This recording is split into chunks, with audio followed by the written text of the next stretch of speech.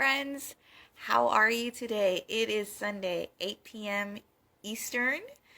My name is Sandy Munroe, and I am so excited to have another deep dive with you today with a lovely, empowered Tiffany from Metaphysical Mama blog. That's her @ You can go there if you want, and of course there'll be a link down below. Hi, Casserole. How are you? Hi, it's nice to see you here. So I'm going to be inviting her in a minute, and I'm so excited to be speaking with her today because we're going to go all into feeling unlovable. But before we begin, I just want to express how grateful I am. Hi, how are you? Yay, we're almost there. I'm so excited, and I want to express my gratitude for these beautiful, empowered women who have been doing these lives with me for the past few weeks, going into their deepest inner parts and sharing one of their deepest blocks. Hey, how are you? Hi, Mura. Sharing their biggest block that they have faced. And without further ado, today is Metaphysical Mama blog. That's Tiffany.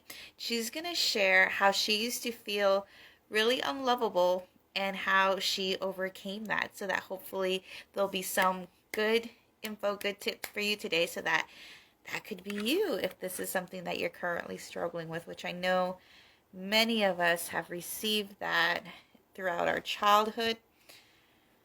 So, sorry, trying to find her. There she is. Hi, everyone. How are you? So excited to have you here. She's coming in. Hi. Hi, how are you? I'm good. How are you doing? I'm good. We can barely see your face. You want to lower it a little? Okay, hold on here. Hi, Michelle. How are you? See if I can go this way, if this works better. No. Now you're sideways. There's always technical difficulties. Well, I don't know. It's just because you're fine now. Oh, there you are. There you're good. You're good now. Is that Yeah. better? Yeah, I can see your whole face now. Yay! You see your beautiful face. How are you doing today? I'm good. How are you doing? I'm doing well. Michelle said hi. Hi, Michelle. How are you? Yay. Let's see. Yeah. So I gave the intro, what you're going to be speaking about today, feeling unlovable. And I just wanted to tell you how grateful I am for you for speaking about this. Because, I mean, I know that this is pretty much like an epidemic for teenagers. I think most of us dealt with this. I don't think this is like an isolated thing at all. I think most people can relate. I think this is adults as well. I mean, this is something that we all experience. Oh yeah, totally. What I mean is, like, started as a teenager. If you didn't get the help, it's going to continue. Exactly. Yeah. Like in the preteens, like I remember that clearly, being in middle school. That's the most awkward phase, and I think, we're away from home all day, and there can be bullying. There can be a sense of like not feeling accepted for whatever reason by your classmates and stuff like that. And I just think it can come up. So, and then stay with us. So did you want to share more about that kind of side of things? Was that even an it thing for you when you started to realize this? Did you even think, like, where did this start? Or you just start somewhere else with processing it? I think for me, it was just always there.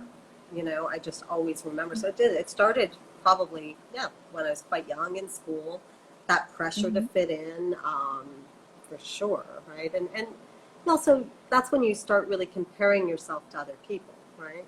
And sometimes we're comparing ourselves to people that aren't even, necessarily real, people on TV, well, when I was young, we didn't have Instagram, so it wasn't so much online, but models in magazines and people on TV and in movies. And it was that's a lot to live up to, and it's not very realistic. But when you're young, you're just like, oh, well, they're so great. Look at all these great things. And it's not just appearances. It's, the idea of what love looks like. We were Oh, given a very unrealistic view of what love looks like. And if we couldn't mirror that in our own lives, then, oh, well, maybe we're unlovable. Maybe we're doing it wrong. Maybe there's something wrong with us, right? huh. So I think Interesting. May I ask what love looked like? What was the message you think that um, might be causing that?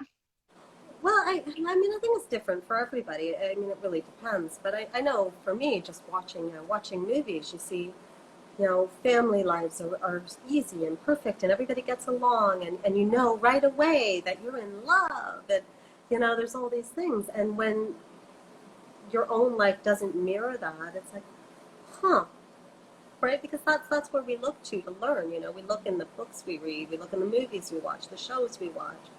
Yeah. And there wasn't a lot of realistic portrayals, especially back then. I mean, maybe a few more now, but still, it's still pretty unrealistic. And we have fairy tales telling us, oh, we're going to meet, Prince Charming, or, the beautiful princess, and we're going to be happily ever. And, it doesn't really work that way.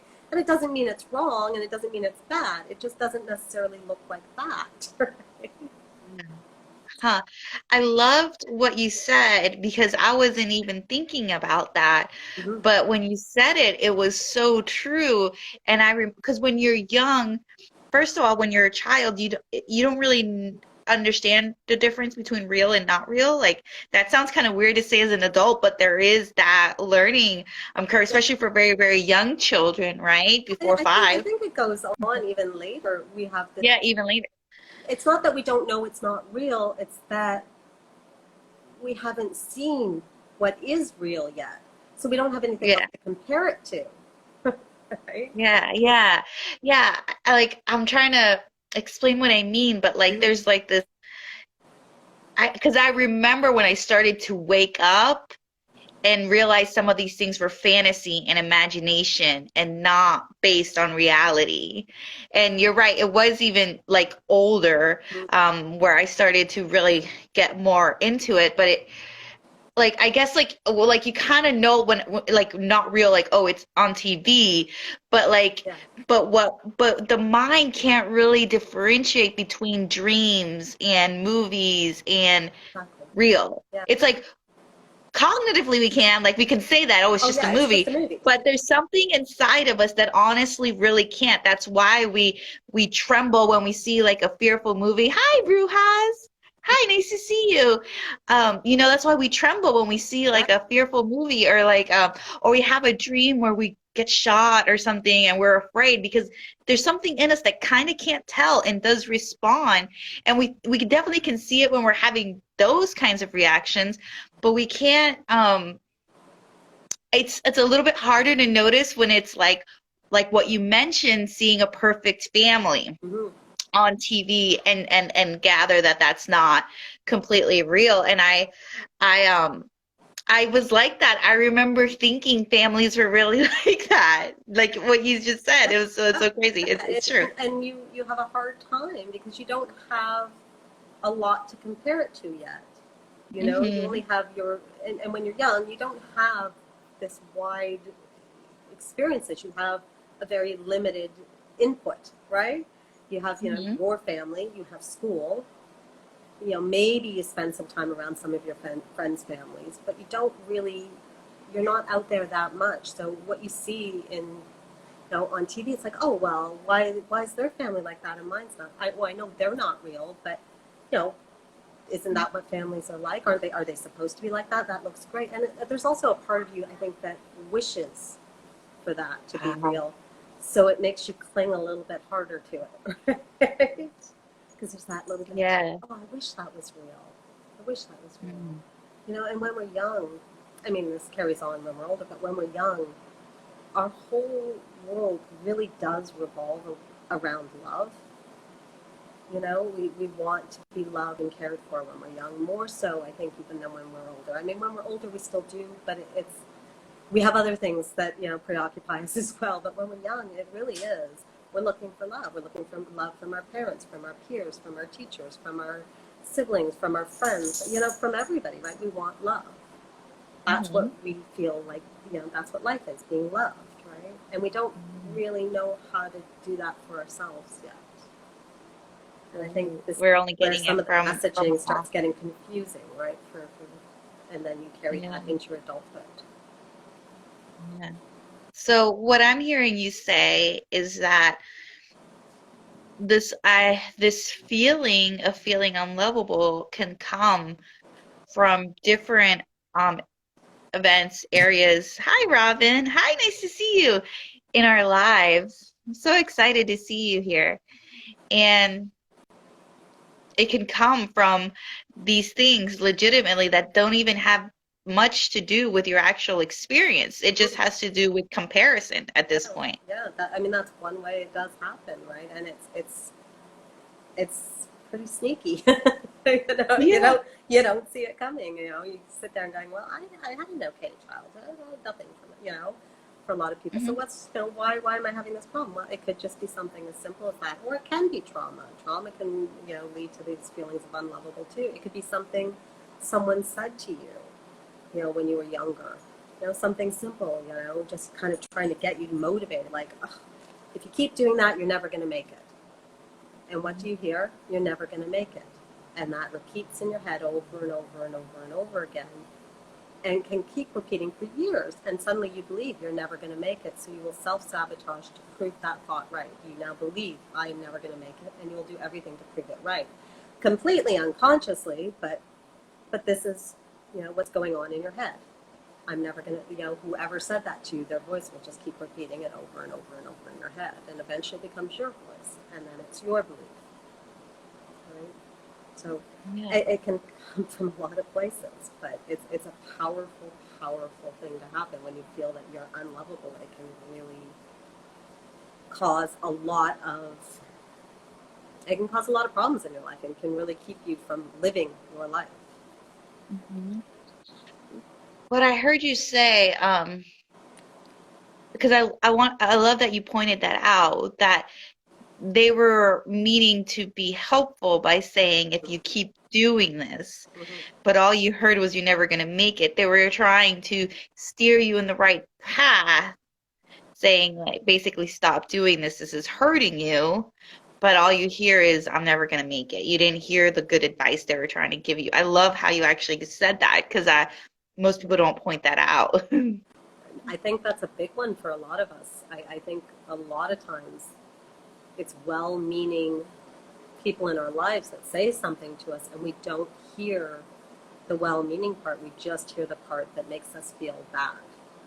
And that's what we hold on to and internalize and turn into our own belief about ourselves. And that fuels the, or builds the I'm unlovable. And it just keeps building. And we keep putting things on top of it, right? Things that prove that we are unlovable. So someone said, okay, you know, stop doing that or you're never going to make it. Oh, I'm never going to make it. There's something wrong with me. Somebody else says something like, well, you know, I can't be around you. You're too difficult. See, I'm unlovable. That person doesn't love me. Right. Yeah. And it can be simple flip comments that really have nothing to do, but when we hear them, we turn them into proof of our belief that we're unlovable. And it just builds and builds and builds until the point where you are completely unlovable because you won't let anyone love you, including yourself, because you don't believe you deserve it. Wow. So this is, I guess, where you started. You recognize you were feeling unlovable and you go into the past and you mentioned so many different ways this could have happened. And I love that you've done that because so many people on a podcast or something will mention just one reason. And then people think that's like the only reason ever, And you know? I usually don't think it is just one reason. I think No, it's it's not. Yeah. multiple things that build up, right? And it can start with something, you know, really traumatic and terrible, or it can start with something that's, you know, very benign and you know, like a flip comment someone made. But it just builds up and it you know, it becomes bigger than life, right? And it affects your life. And I know for Yeah. me, it did. It affected my life a lot. I gave up a lot because I didn't think I deserved it, you know? So Mm-hmm. it's a tough one. It's a tough one, and it can cause a lot of damage in your life, and it can cause a lot of regret. You Mm-hmm. How do you think you gave up a lot? know. For me, I found, that feeling of I'm unlovable and I'm not good enough and I'm not worthy translated into me not wanting to put myself out there very much, because I Mm. had very carefully built up this, disguise of, this person who's okay. And if I put myself out there too much, someone might see through it, through my disguise, my carefully placed disguise, and see that, oh, no, underneath all that, she's not good enough. She's not worthy. She's not lovable. She's not. So it kind of held me back. I wouldn't take risks. I wouldn't take chances. I wouldn't put myself in the spotlight. I wouldn't, I wouldn't let my light shine, right? I covered it up. I didn't want anyone to see it because, well, no, there's nothing good in there. I don't want anyone to see that. I don't want anyone to see who I really am, because then they'll know, right? Then they'll believe what I already know. They'll see it. Oh, and that's what you've been trying to communicate as we've been talking Yeah, back yeah. and forth. That's what you've been trying to communicate, that you had to hide yourself, Exactly. be in the background, because if you were exposed in some way, put yourself out there, somebody could come back and tell you those things. It's true. You are Exactly. not good enough. Then they're going It's to true. confirm what I already know, and then they're going to know too. And there's something to with when you feel like you're unlovable, it becomes really important to be loved, Yeah. right? You are desperate for other people to love you, so you do everything you can think of to try to make people love you, right? You try to be something you're not because you think that's what they're going to love. They're not going to love you, but they might love this persona you put on of somebody else. So you really try to hold on to that and keep it going, because then people will love you, right? But they don't really love you because they don't know you, right? And it's Mhm. not going to change anything because you have to love yourself first, right? So it's so many, twisted ideas we get of how to fix this, and none of them actually work.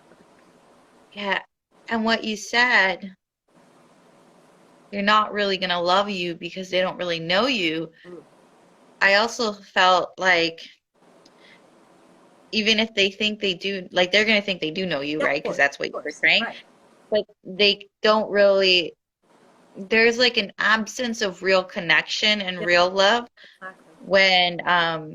when you're not being true. Because what we really like, when we really like someone, Mm-hmm. it's because we can see how embodied they are and how true to themselves they are. Like that's actually what we really love, and we're like, and like whether it's a baseball player or like whatever it is, and people are like, I really like so and so. It's because when you see them doing that, their baseball, their dance, their whatever they do, they're so embodied and they're so enjoying it, and they're just so in themselves and they love themselves. And that's actually what makes it so charismatic and so Yeah. When someone loves themselves, that's what mhm, draws everybody in, right? That's what people are mhm. like, oh, I want to be around that person. They're so vibrant.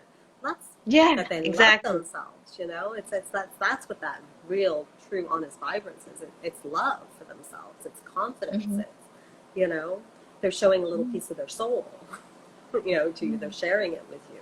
So I think, yeah, that's what kind of draws people in. That's when people can really love you because they're seeing the real you. It's a genuine connection. Yeah. So a little recap for anybody who's just joining in.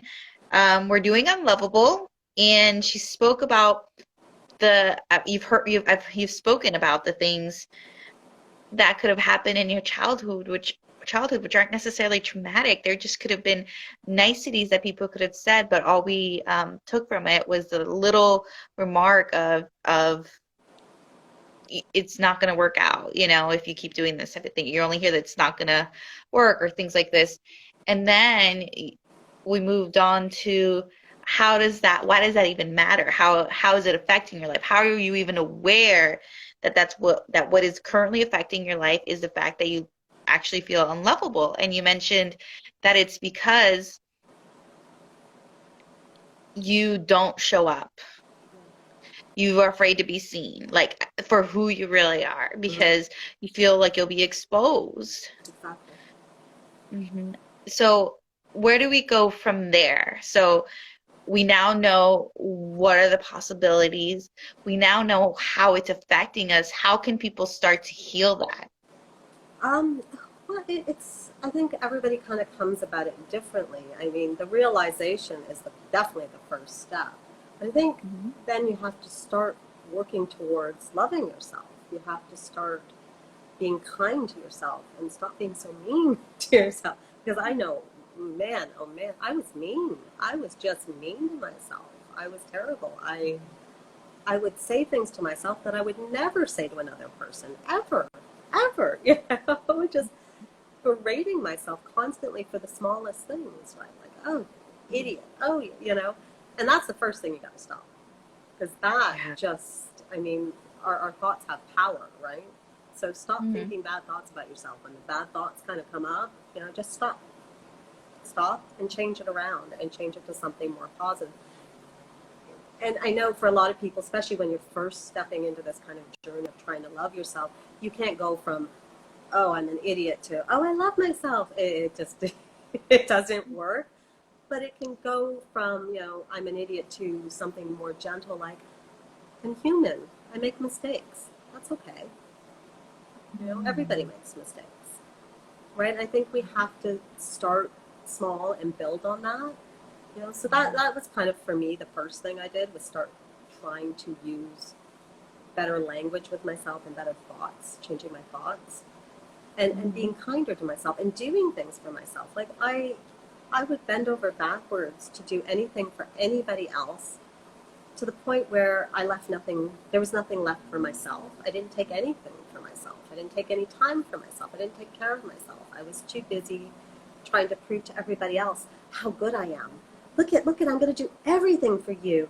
Please love me because Hmm. I need someone to fill me up with love, right? Because I don't know how to do it myself. So I think you have to Hmm. start filling yourself up with love, right? You have to start doing things for yourself, being kind to yourself. You know, take the time to do the things you love. You know, start facing the fears of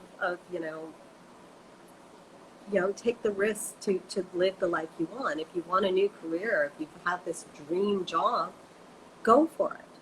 If it doesn't work, there's still a lesson in there, and maybe it'll lead you to something better. But you have to start doing these things. You have to start taking the chances. You have to start living a bit of your life for you, right? And filling yourself up with the things that make you happy, that bring you joy.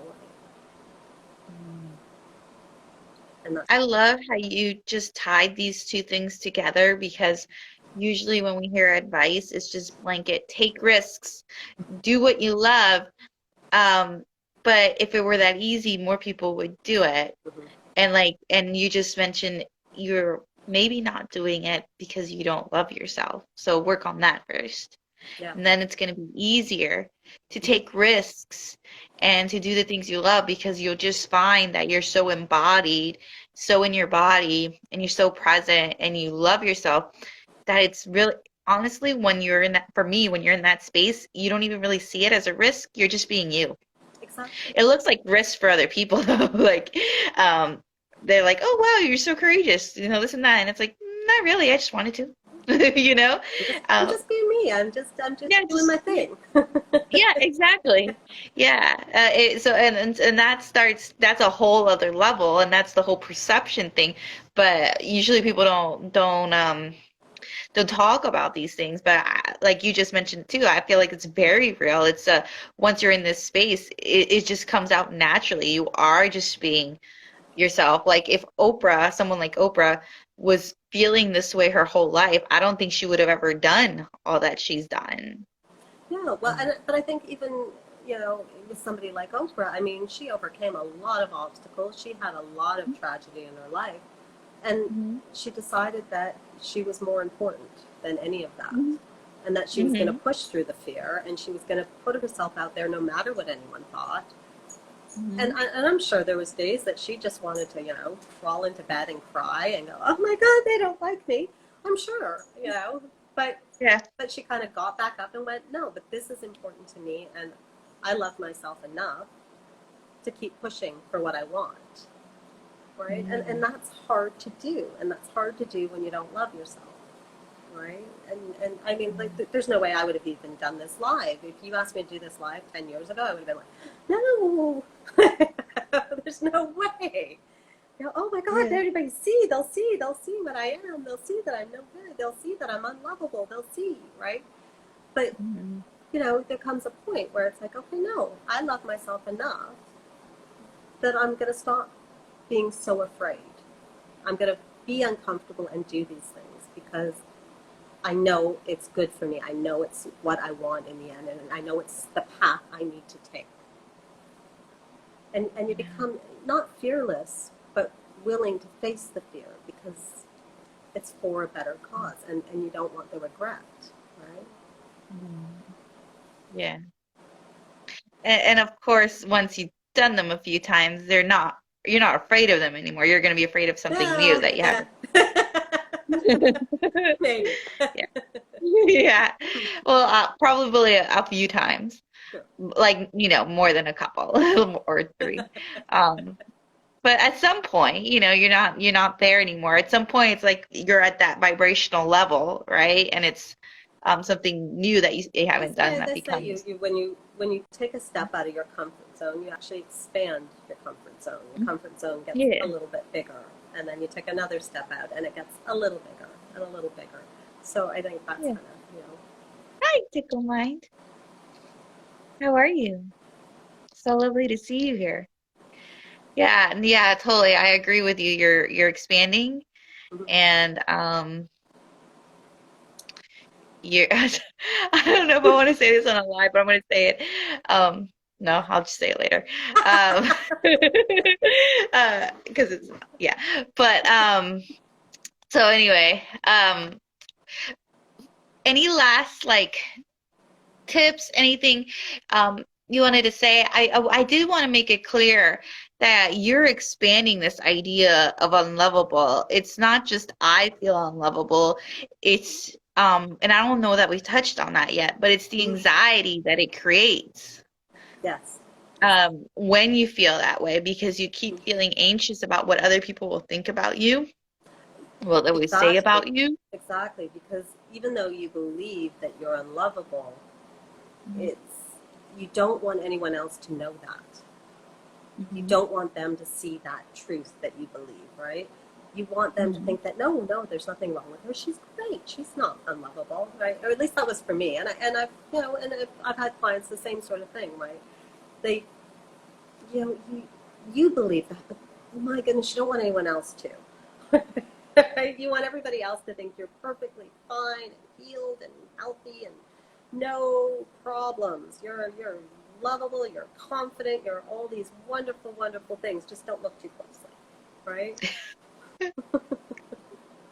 And it is. It is. It causes a lot of anxiety. It keeps you from doing a lot of things. Like I said, I mean, I gave up so many different opportunities. You know, somebody would ask me to do something, be like, oh yeah, I can't. Sorry, I have something else to do, because I was too afraid that I would be putting myself out there a little too much, and it would give people an opportunity to see who I really am, and I didn't want that because I didn't believe I was enough. I didn't believe that I was lovable. I didn't believe that I could withstand that kind of scrutiny, right? So it's tough, and it is. It's this balancing act of trying to keep on this disguise and not letting people close enough so that you feel loved, but not too close that they really see too much, right? So, and you're constantly trying to figure it out. Like, okay, can I let this person in a little bit more? Oh no, that's too close. Okay, oh okay, I don't want to do that. That might be too risky. Okay, but I can do that. No, I can't do that.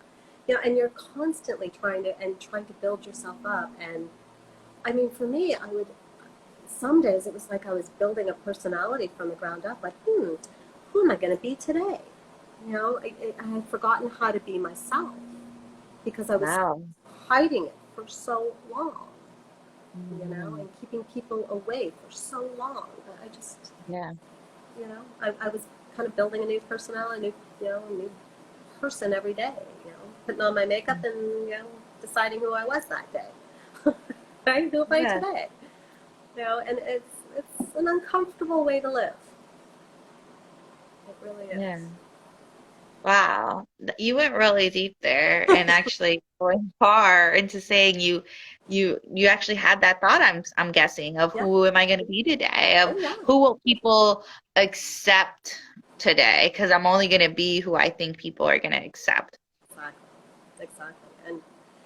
And I mean, it's sad that it took me so long to realize I didn't have to do any of that. That I am perfectly lovable exactly the way I am. That there is nothing ever wrong with me. But I Mm-hmm. couldn't see it. I couldn't see it. It wasn't there. I couldn't see it. I couldn't see through those filters, right?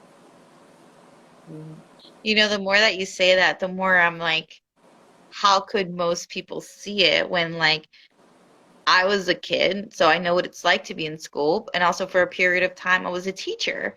Yeah. And so on both sides, I've seen it of how cruel sometimes kids can be to each other.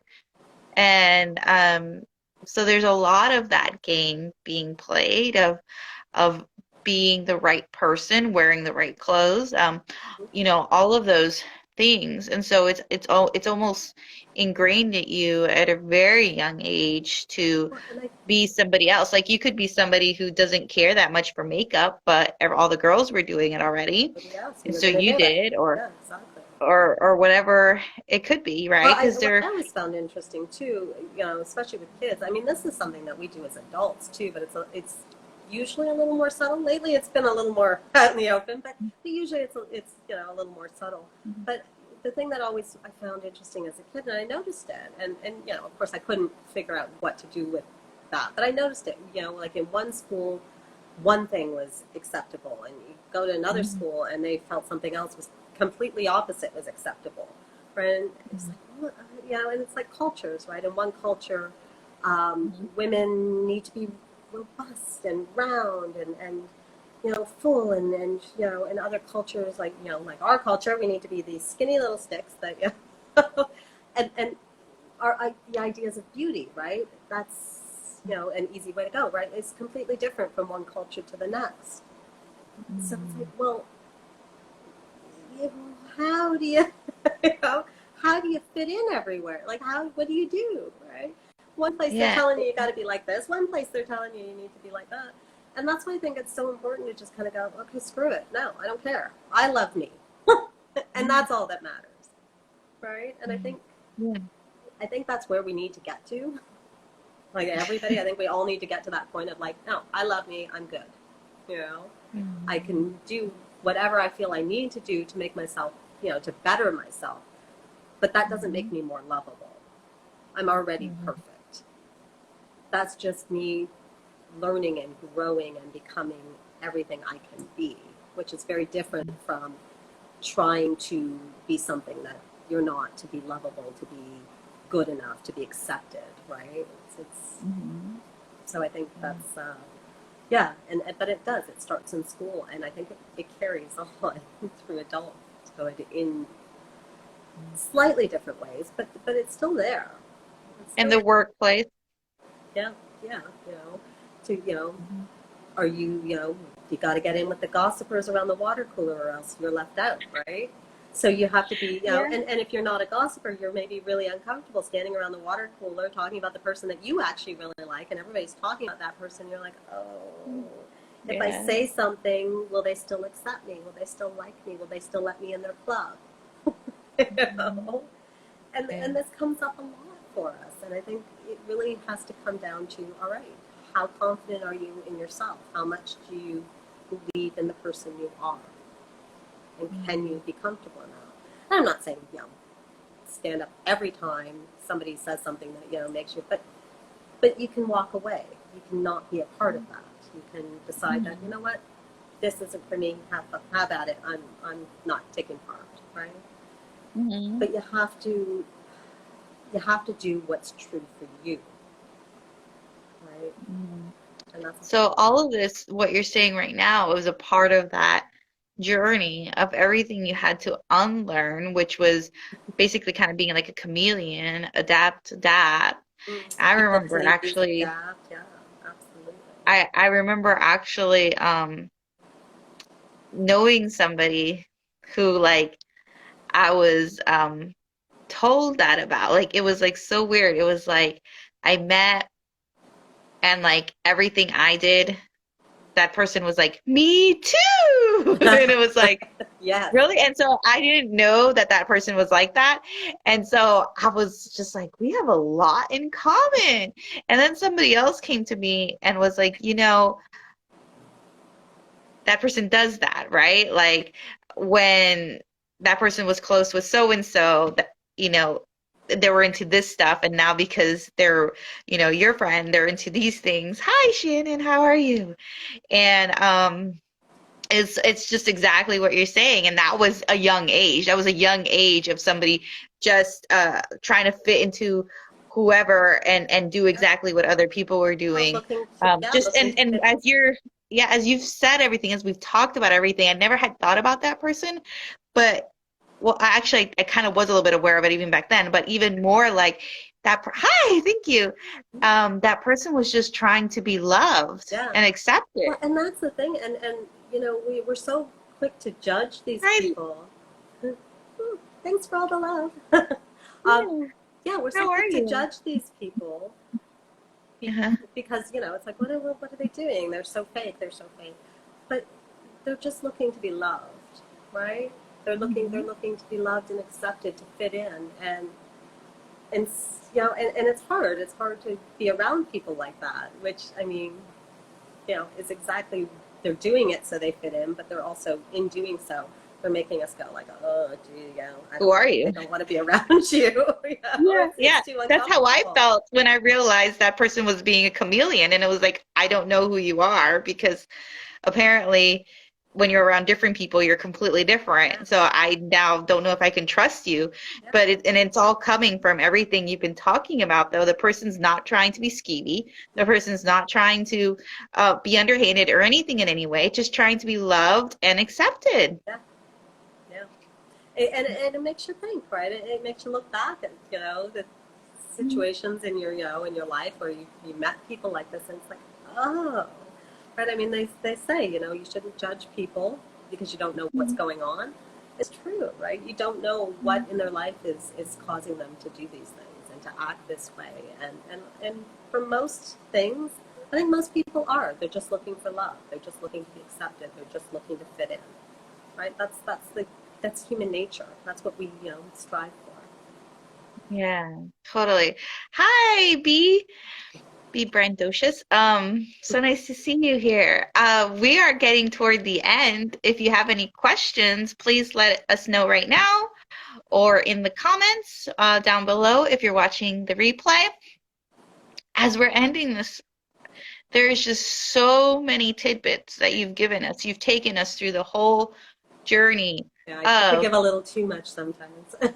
No, it's okay. No, it's good. We need we're doing deep dives. It's good. We usually people I actually have a little bit against that where people hear a podcast or something like that and they'll say something like depression. If you're depressed, it's because of this, and it's like one thing, and then everybody's like on that bandwagon, and it just gives honestly misinformation because it's not really how it is. And so I actually love that you go deeper than that Well, and acknowledging I don't think anything is ever just one thing, right? it's not. There's But there's it all sells to so say that. there's so yeah, exactly. There's always so many different things that it could be that it is. It builds up. It's so many things. So Yeah. it's such a it's it is a bit of a pet peeve because it's not just one thing. It's not. No, it's not. Everybody Yeah. has their own experience that leads them to where they are, and everybody's experience is different. My experience may not resemble somebody else's experience at all, right? And that's okay, Mhm. right? Yeah. So, yeah, I totally and I love that you're honing that in again, that it's going to be different for everybody because everybody's experience is different. And that just doesn't sell as good, right? People don't want to know that. They want to know the one thing that they can do. But I love that you're being genuine and authentic and you're saying, look, it doesn't really work that way, so I'm not going to say that to you. Yeah, we're all And on our own so, path. and We're on our own path. hopefully people can hear that, Yeah. because this is the truth. I know this is the truth. Having been in the journey myself, and then we're certified as coaches, and then the work that we do, we've seen Yeah. people go through these experiences, and it's never been like, oh, I'm just going to work on this person just like how I did on me. Like, no, they've had their own experiences. We got to get to know And them. even It's with gonna be people that you're working with, it's not just the one thing, right? It's not just this no. one straight path. You uncover one thing and then, oh, look, there's something else over here that's completely different. Wow, okay. Oh, no, we're layers and layers and layers, right? There's Yeah, not just, totally. we're not two-dimensional. We're not. I'm just gonna say that again. I appreciate that about you because it would be so easy to say I have all the answers, and if you just do this one thing, I'm gonna help you clear up all of Oh, your unlovability I wish today. there was one thing. It would be amazing. Yeah. There'd be so much. We want to believe that. But there is a place to this freedom. Yes. You currently are in a place where you really love yourself and you're being yourself. I have had more than, two conversations with you thus far, and every single time I have actually gotten to know who you are, and I'm energetically sensitive, and I know that you are just being yourself. Even when it's goofy. I'm sorry? Even when it's goofy. Even when it's like Well, goofy. that's great. That's great because I shouldn't be taking that seriously. Exactly. So I know that you're talking from a place of authenticity and being genuine, that this was your path, but that there is a better place. There is light at the end of the tunnel if we're willing to do the work. And so Bernie was catching us toward the end. If you want to catch the replay, she literally took you through the whole journey Tiffany did for Metaphysical Mama blog of looking at, okay, I feel unlovable, starting to be aware of how it's affecting my life. I'm not showing up.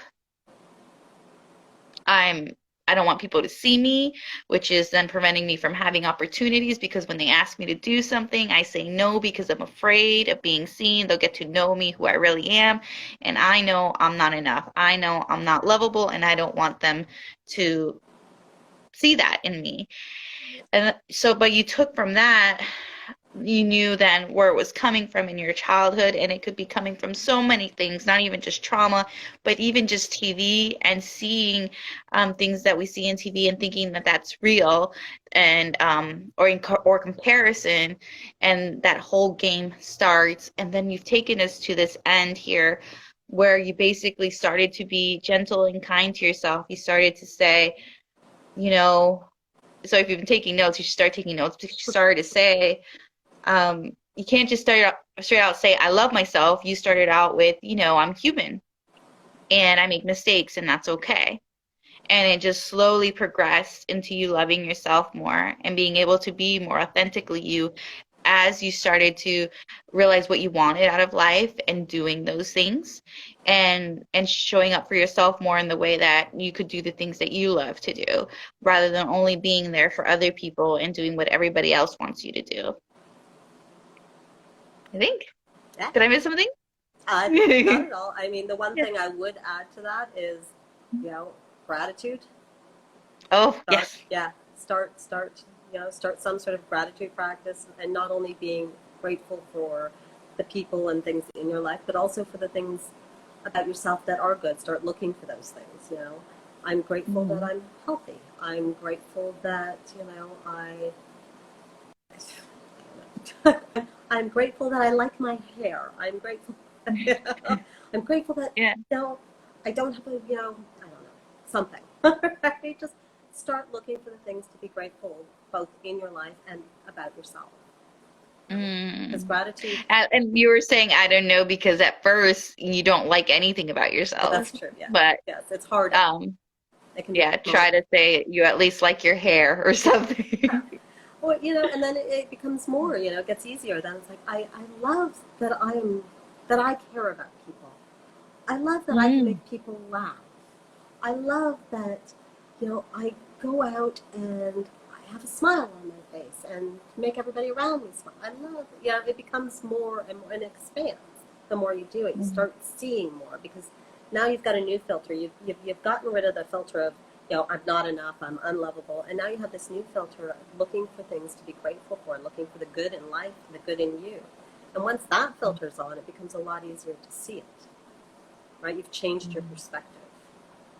And that's what you need to do. Boil it all down. That's what you need to do. You need to change your perspective. There you Mhm. go. I love everything that you just said. I was thinking about that because you left it with all the things you love about yourself. I love myself because of this, of that. The thought that came to my mind are all the people who, when someone says something like that, saying that that's self-centeredness or Mm, some sort of selfishness. Like that's where a lot of yeah. to this day, despite how much this has been talked about, I still see it sometimes in comments, not on my place, but in other Yeah. places. I've Yeah. Oh, yeah. I've noticed that. Yeah. And it's not Mm. true. We Yes. have to. We have to love ourselves. If we do not love ourselves and take care of ourselves, we have nothing to give to others. You can't give from an empty cup, right? We all know this kind of, in theory, but it's true. You cannot give from an empty cup. If you don't fill yourself up with love, you don't have any love to give. There's nothing there. It's empty, right? So that's not being selfish. That's you can't be generous if you don't have something to give. Mm-hmm. I think that brings it home. I remember um, reading once in a Taoist book about how people think it's easier to love others and not ourselves. Mm-hmm, And it really tied it down because that's commonly said. And it mm-hmm. actually said that's not true. You have no ability to love others unless you love yourself. Because exactly what you said, you have an empty cup. Yeah. So you don't actually have anything to give. But we accept that, like, oh yeah, that's true. It's easier to love others. But when we really look at it deeper, it's like, wait a minute, I judge others just the same way I judge myself. Is that really loving? No, it wasn't. Um, yeah.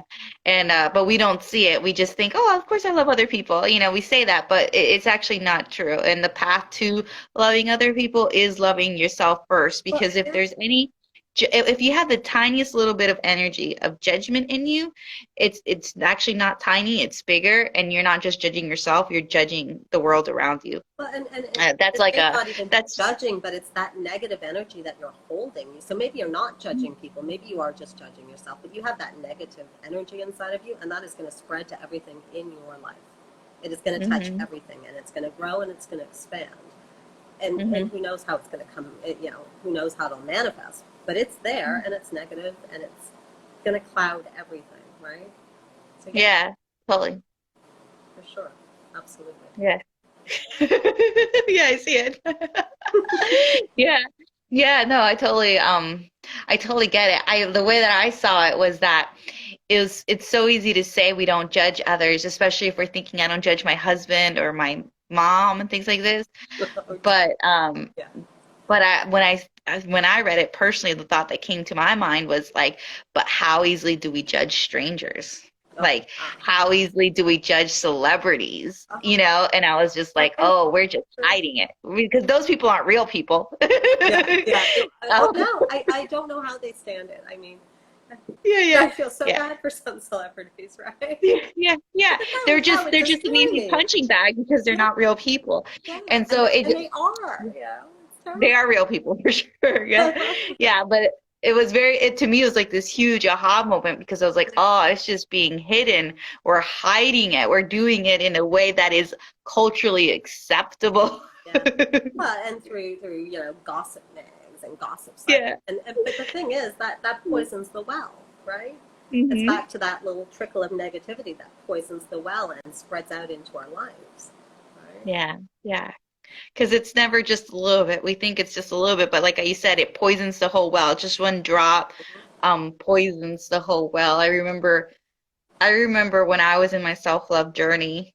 I don't want to go too deep. This is about you, but it reminds me of this because of the one drop. Because actually, what happened to me, and I don't know if anybody would ever actually admit this, normally, but this is my journey, my story. When I was going through my self-love journey, going through the self-awareness process and stuff like that, I became aware that there was a little bit of hatred for myself inside of myself. And when I cleared it energetically, my mind said, if there's just the tiniest little bit of hate, there's a lot of hate. And so if there's that little bit of hate in me, then for myself, then there was technically a hate for others. That's not to say I was like the most hateful person ever, like Right. totally on Facebook, everything, but it made sense to me because then when that energetic shift happened where I released that hate toward myself and turned it into love to myself, toward myself, then the love I had for others magnified. The light I saw in others magnified. The beauty I saw in others magnified, where I just feel like everybody is such a precious being, and I just love connecting with other people so much. And I can tell you for a fact that was not there when I had a little bit of hate for myself. It just couldn't be. Well, it's like what we were talking about before, changing your perspective, right? You've gotten rid of Mm-hmm. that filter, you've gotten rid of that lens, and now you have the lens Mm-hmm. of love on, right? And the Mm-hmm. world is a much beautiful place when you come at it with love, Mm-hmm. right? Yeah. And you Yeah. can't come at it from love from a place of hate. You can't love Yeah. when there's hate in you. It interferes, right? You've got that Yeah. dirty lens on. You gotta get you gotta put the lens of love on and get rid of that. Yeah. I want to like talk about it a little bit more because whenever I talk about this stuff, I feel like we could easily say, but I don't hate myself and I don't hate others. And I can see that because I would have never said I hate myself. I would have never said that. I became aware that it was hidden inside of me through energetically scanning my body. Mm. And for the other people, gosh, I was raised Christian. Gosh, I was raised with the idea that everybody has a light and all these things. So of course, I was saying positive things about other people, and in that wavelength of those things. But it's so different when the energy changes. It's just it has to be experienced because it's completely Oh yeah. different when Well, for you me, kind of. I had a similar thing in my journey where it's like, for years I never would have said, oh, I don't hate myself. Never would have Yeah, thought yeah. that until I realized that I did. I did. I couldn't stand myself. I couldn't even look at myself in the mirror at one point. It got so bad. It built up and up and up and up over years. Yeah. Right? That hatred was always there. I didn't know it. I didn't even know it. And I never would have admitted it. And then when I did, it's like, oh. And yeah, you know what? When you have that hatred in you and you hate yourself, you don't care about the world. You don't care about anything because it doesn't matter anymore. Right? It's just, If you don't matter, what matters, right? exactly, right? How can you love Nothing matters. anything? It's like Because depression. you don't think your life is precious. So So, why is anything precious? What does anything yeah. matter? I don't matter. Why does anything else really matter? You would never go out and necessarily hurt anybody or be hurtful, but at the same time, you don't have that love for life and for You're not the intentionally world. connecting with others Exactly. at that state. Yeah. You're just not. You're more isolating yourself, and it's easier to believe the lie that people aren't that great, that people hurt you, people are to not to be trusted, right? Those are all things kind of stemming from that, and we can believe them more when we kind of don't love ourselves. What the thought that came to my mind when you said that you hated yourself and you would never say that to yourself, my mind just said it all makes sense because things really do work this way, but we don't see it. If you don't love yourself, Mhm. it's not just I don't love myself. Of course it's I hate myself. Yeah. We would just never Exactly. say that. But you don't see it. Yeah, exactly. Like, I don't love myself. Well, then what do you? What do you feel about yourself? But I don't know. I don't think about it.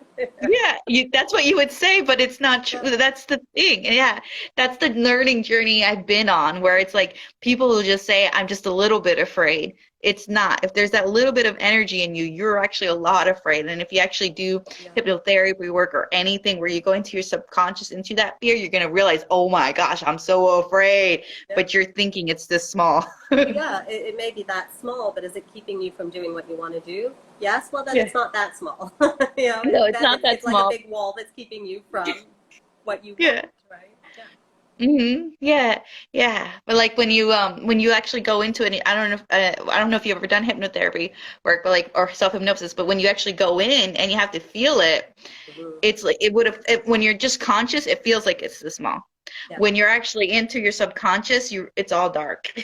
And like black energy, and you really feel the, at least for me in my experience and what I've learned from other people, it Yeah. was never that small. We were deluding Yeah, ourselves. for me, yeah, I kind of did most of that through meditation, so which is right, it works out to be similar, and yeah, you kind of go in there and you're like, whoa, this Yeah, is what I've yeah, been yeah, holding on to, this horrible dark pit, you know. yeah, Why do yeah. I don't want this.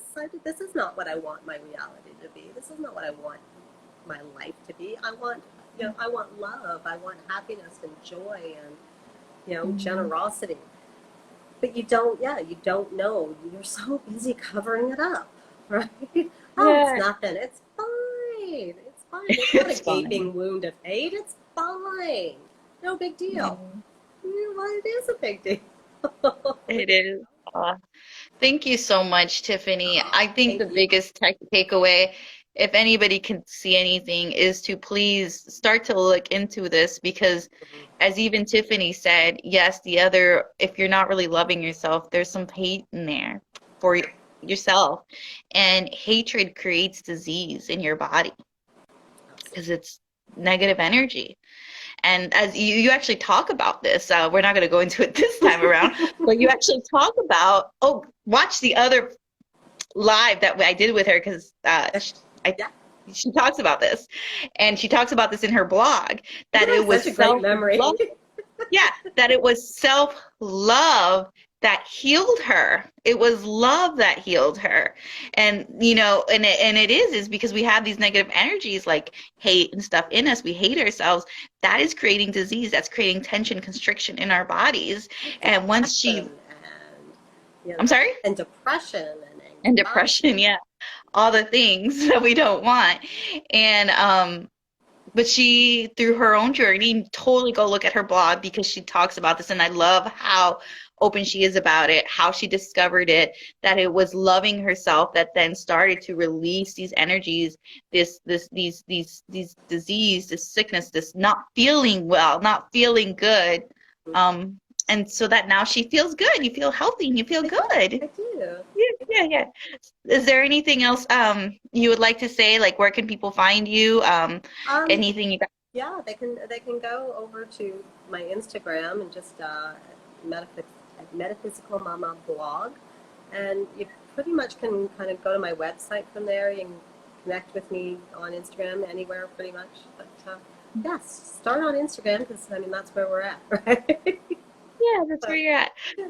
I love it. Thank you. Please do connect with Tiffany. She is a self-love coach, and I don't remember the other one, but it's a counselor something. Spiritual, Counselor, spiritual counselor. spiritual counselor. Sorry, I forgot that one. I'm like, I know you're a counselor. I am a So counselor.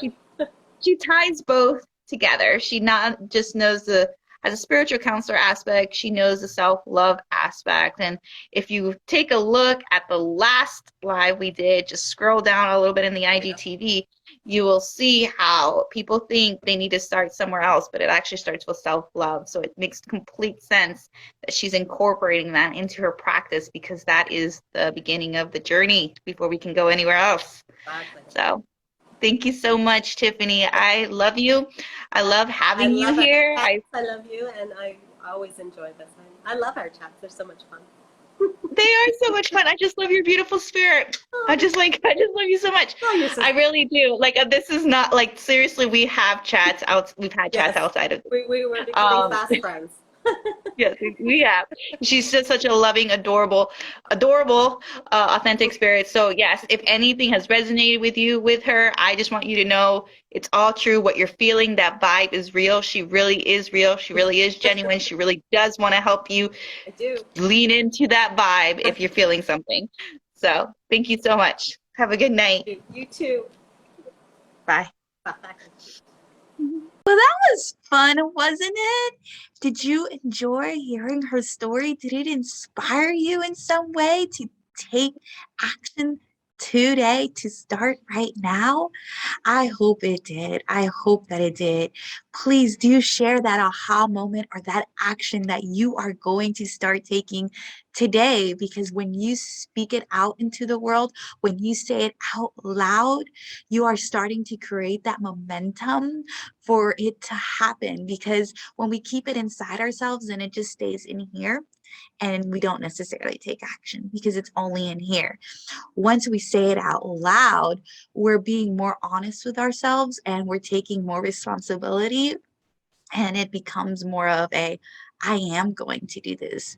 I am going to do this, and I am saying it and I am proclaiming it because I am going to do this.